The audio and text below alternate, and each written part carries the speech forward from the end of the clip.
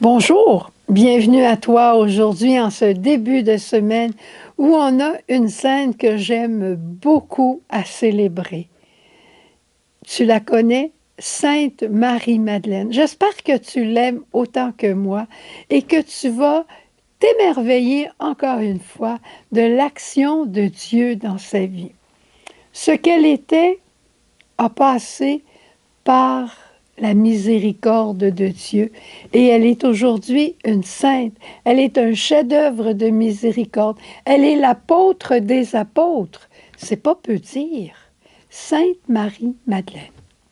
Parfois, on se demande qui est Sainte Marie-Madeleine. Est-ce que c'est Marie, la sœur de Lazare et de Marthe? Est-ce que c'est la femme pécheresse qui a versé du parfum sur les pieds de Jésus alors qu'il y avait une fête pour Jésus chez Simon? Qui est-elle?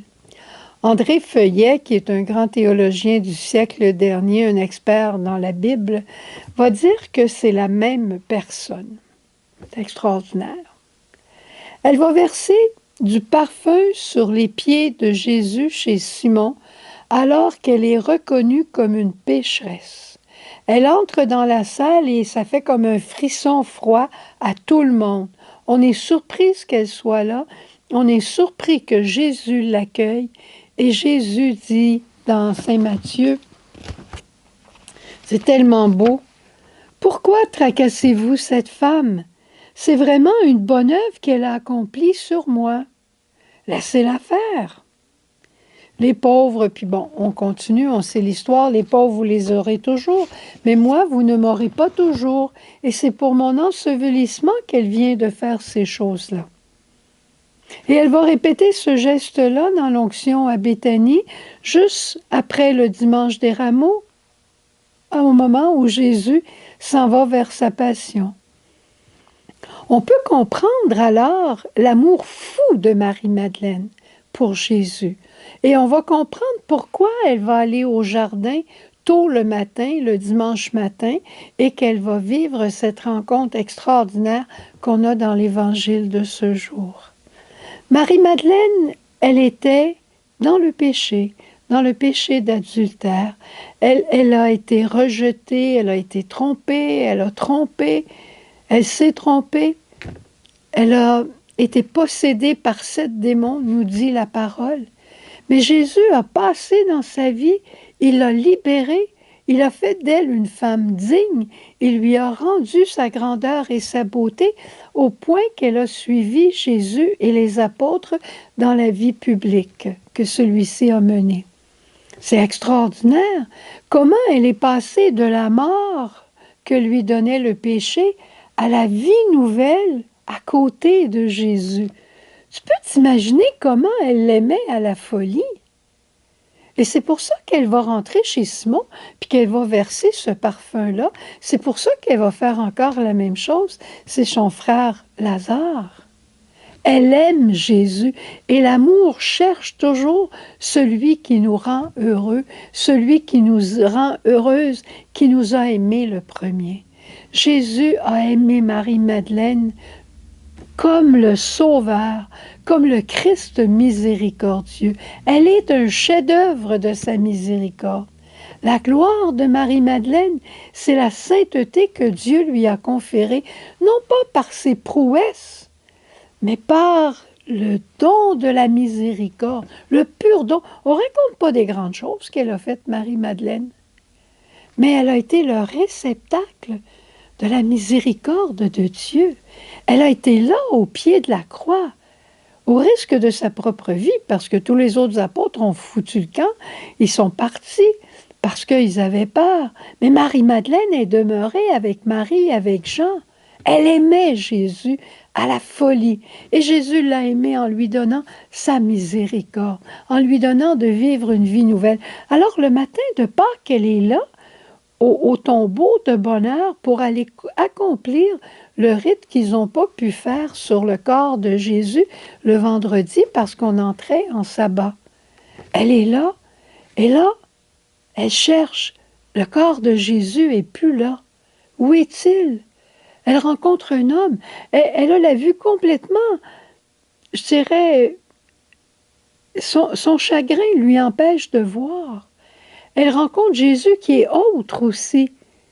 Et elle lui dit, pensant que c'était un jardinier, mais si c'est toi qui l'as pris, dis-moi où il est, je vais aller le chercher.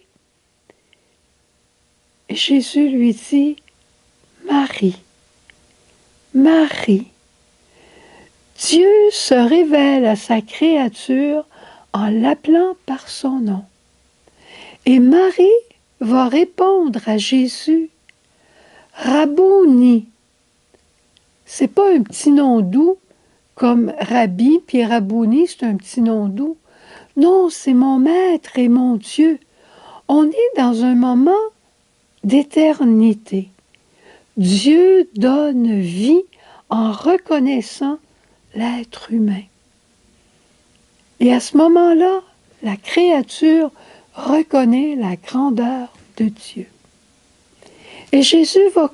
Puis là, elle est saisie, elle veut toucher à Jésus, elle s'approche, et Jésus lui dit, ne me touche pas, Marie. Je suis comme entre ciel et terre. Je suis revenu, mais je dois retourner. Ne me touche pas, ne me retiens pas. Va vers tes frères, leur annoncer que je suis ressuscité. Mais toi, tu vas vivre de la foi pascale, tu vas vivre de la joie pascale, tu vas vivre de ma miséricorde. Et tu pourras me retoucher quand tu recevras l'Eucharistie célébrée par tes frères les apôtres. Et Marie-Madeleine, elle est reconnue aujourd'hui, c'est pas une mémoire, c'est une fête. Le pape Paul VI, je pense, a voulu qu'elle soit fêtée comme une disciple et non plus comme une pénitente. Mais le pape François est allé plus loin et il en a fait l'apôtre des apôtres. Et il a fait de cette mémoire, il en a fait une fête. Elle est l'apôtre des apôtres. C'est extraordinaire. Mais ce don de la vie que Dieu fait par sa miséricorde, c'est tout aussi grand et aussi beau de ce qu'il a déjà fait pour toi, ce qu'il a déjà fait pour moi, et qu'il veut continuer de faire, et qu'il veut donner aussi à nos frères et à nos sœurs. N'ayons pas honte d'être des chefs-d'œuvre de miséricorde. C'est pas nécessaire de raconter tout ce qu'on a fait avant de marcher à la suite du Christ. Ce qui est important, c'est ce que le Christ a fait pour nous.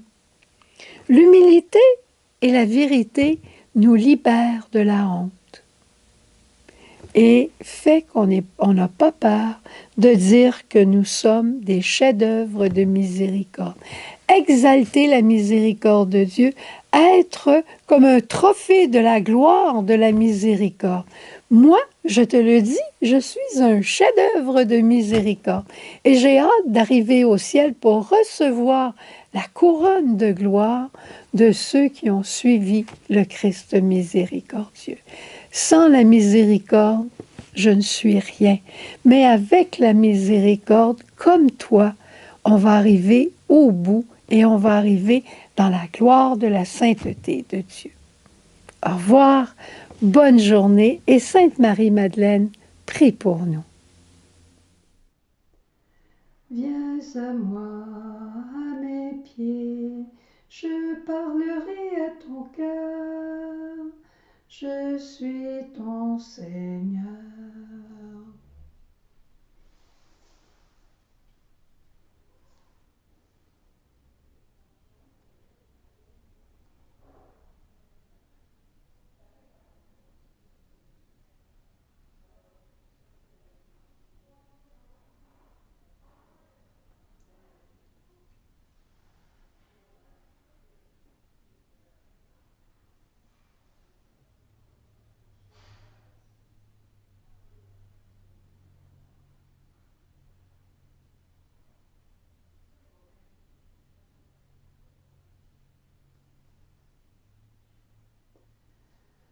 Douce Marie, que je t'aime, ô doux Jésus, je t'adore.